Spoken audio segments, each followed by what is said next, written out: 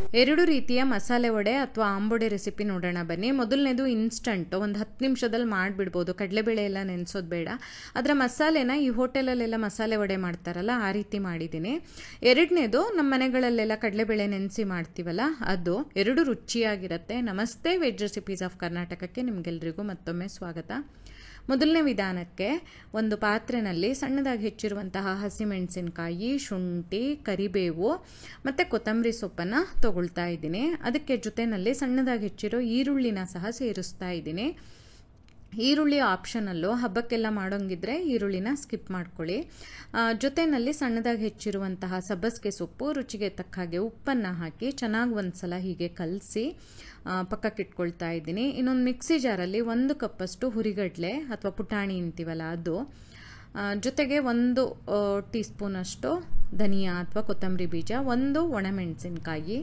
ಈ ಒಣಮೆಣಸಿನ್ಕಾಯಿ ಹಸಿಮೆಣಸಿನ್ಕಾಯಿ ಎರಡನ್ನೂ ನಿಮ್ಮ ಖಾರಕ್ಕೆ ತಕ್ಕ ಹಾಗೆ ಹಾಕ್ಕೊಳ್ಬೋದು.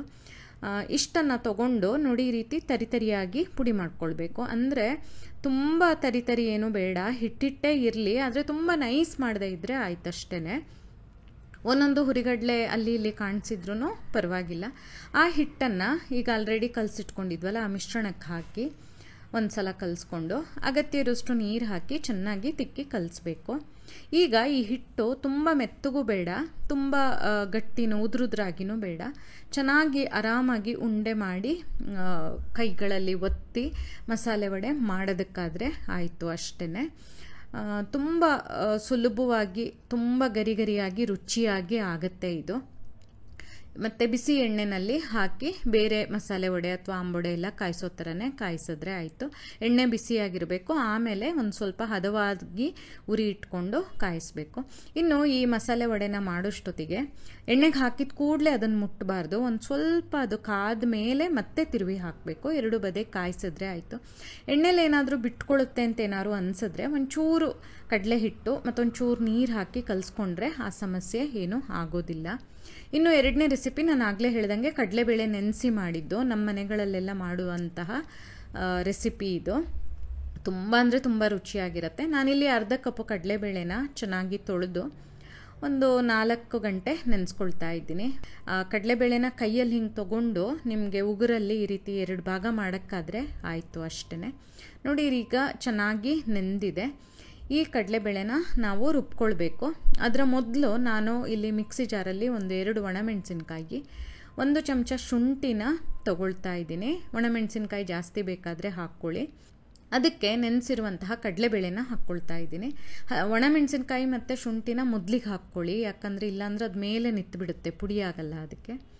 ಈ ಕಡಲೆಬೇಳೆ ಜೊತೆಗೆ ರುಚಿಗೆ ತಕ್ಕ ಹಾಗೆ ಉಪ್ಪು ಹಾಕಿ ನೀರೆಲ್ಲ ಹಾಕದೆ ಈ ರೀತಿ ಪುಡಿ ಮಾಡ್ಕೊಳ್ಬೇಕು.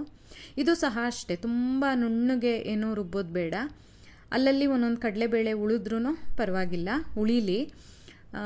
ಈ ರೀತಿ ತರಿತರಿಯಾಗಿ ರುಬ್ಕೊಂಡು ಅದನ್ನೊಂದು ಪಾತ್ರೆಗೆ ಹಾಕ್ಕೊಂಡು ಸಣ್ಣದಾಗಿ ಹೆಚ್ಚಿರುವಂತಹ ಕರಿಬೇವು ಮತ್ತು 1 ದೊಡ್ಡ ಚಿಟಿಕೆ ಇಂಗು, ಒಂದು ಸ್ವಲ್ಪ ಹಸಿ ತೆಂಗಿನಕಾಯಿ ಚೂರುಗಳು, ಇದಿಷ್ಟನ್ನು ಹಾಕಿ ಚೆನ್ನಾಗಿ ಕಲಿಸ್ಕೊಳ್ತಾ ಇದ್ದೀನಿ. ನಮ್ಮ ಮನೆಯಲ್ಲೆಲ್ಲ ಈರುಳ್ಳಿ ಆಗಲಿ ಅಥವಾ ಸಬ್ಬಸಿಗೆ ಸೊಪ್ಪು ಇವನ್ನೆಲ್ಲ ಹಾಕೋದಿಲ್ಲ. ಈ ರೀತಿ ಮಸಾಲೆ ಹಾಕಿ ಮಾಡ್ತಾರೆ. ಇದು ಜಾಸ್ತಿ ಗರಿ ಬರುತ್ತೆ. 1-2 ದಿನ ಇಟ್ಟು ಬೇಕಾದ್ರೆ ತಿನ್ಬೋದು. ತುಂಬ ಅಂದರೆ ತುಂಬ ರುಚಿಯಾಗಿರುತ್ತೆ. ಅಥವಾ ನನಗೆ ತುಂಬ ಇಷ್ಟ ಈ ಆಂಬೊಡೆ. ಆಮೇಲೆ ಈ ರೀತಿ ಒಂದು ನಿಂಬೆಹಣ್ಣಿನ ಗಾತ್ರದ, ಸಣ್ಣ ನಿಂಬೆಹಣ್ಣಿನ ಗಾತ್ರದ ಹಿಟ್ಟನ್ನು ತಗೊಂಡು 2 ಕೈಯಲ್ಲಿ ಈ ರೀತಿ ಇಟ್ಕೊಂಡು ಒತ್ತಿದ್ರಾಯಿತು.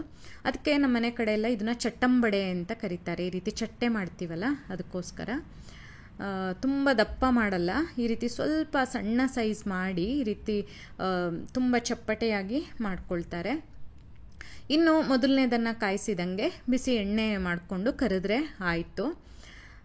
ಯಾವಾಗಲೂ ಅಷ್ಟೇ, ಚಕ್ಲಿ ಆಗಲಿ ಅಥವಾ ಈ ಆಂಬೊಡೆ ಆಗಲಿ ಎಣ್ಣೆಗೆ ಹಾಕಿದ ಕೂಡಲೇ ಮುಟ್ಟಬಾರ್ದು. ಅದನ್ನು ಒಂದು ಸ್ವಲ್ಪ ಅದು ಕಾದು ಒಣಗಿದಂಗೆ ಆದಮೇಲೆ ತಿರುವಿ ಹಾಕಬೇಕು.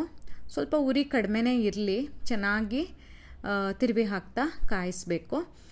ಒಂದು ಸ್ವಲ್ಪ ಗುಳ್ಳೆಗಳೆಲ್ಲ ಕಡಿಮೆ ಆಗಿ ಹೊಂಬಣ್ಣ ಬಂದರೆ ಆಯಿತು. ಎರಡನ್ನೂ ಟ್ರೈ ಮಾಡಿ ನೀವು, ನಿಮ್ಗೆ ಇಷ್ಟ ಆಯಿತಾ ಅಂಥೇಳಿ. ನಿಮ್ಗೆ ಈ ವಿಡಿಯೋ ಇಷ್ಟ ಆದಲ್ಲಿ ಲೈಕ್ ಮಾಡಿ, ಶೇರ್ ಮಾಡಿ, ಕಮೆಂಟ್ ಮಾಡಿ, ಹಾಗೆ ನಮ್ಮ ಚಾನಲಿಗೆ ಸಬ್ಸ್ಕ್ರೈಬ್ ಮಾಡೋದನ್ನು ಮರಿಬೇಡಿ. ಧನ್ಯವಾದಗಳು.